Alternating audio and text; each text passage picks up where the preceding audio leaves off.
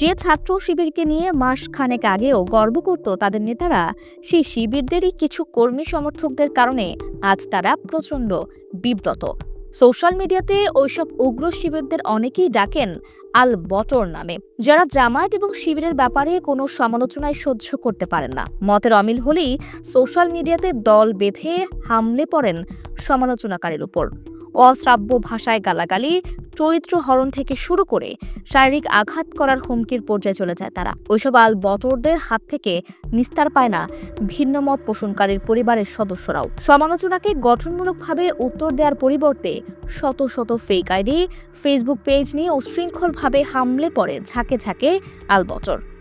ঐতিহাসিক গণঅভ্যুত্থানের পর সমাজের ছাত্র শিবিরে যে একটা গ্রহণযোগ্যতা সৃষ্টি হয়েছিল তা ধূলিসাৎ হয়ে যাচ্ছে এইসব আল বটরদের ভয়ানক উগ্র আচরণে।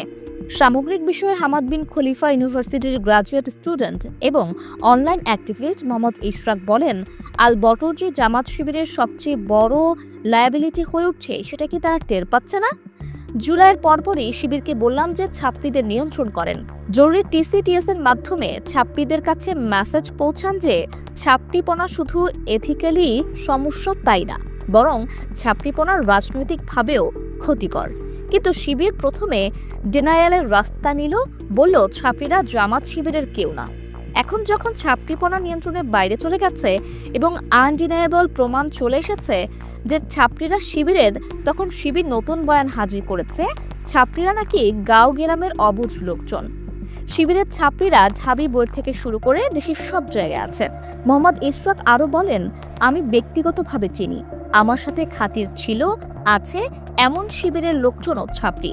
হার্ভার্ডে গেলেও শিবির ছাত্রীই থাকে, এর প্রমাণ আপনাদের সামনে হাজির করেছি। শিবিরের উচিত অবিলম্বে ডিনায়াল থেকে বের হয়ে ছাত্রীপনার বিরুদ্ধে জেহাদ শুরু করা। শিবির আপাদমস্তক ছাত্রী দিয়ে ভর্তি।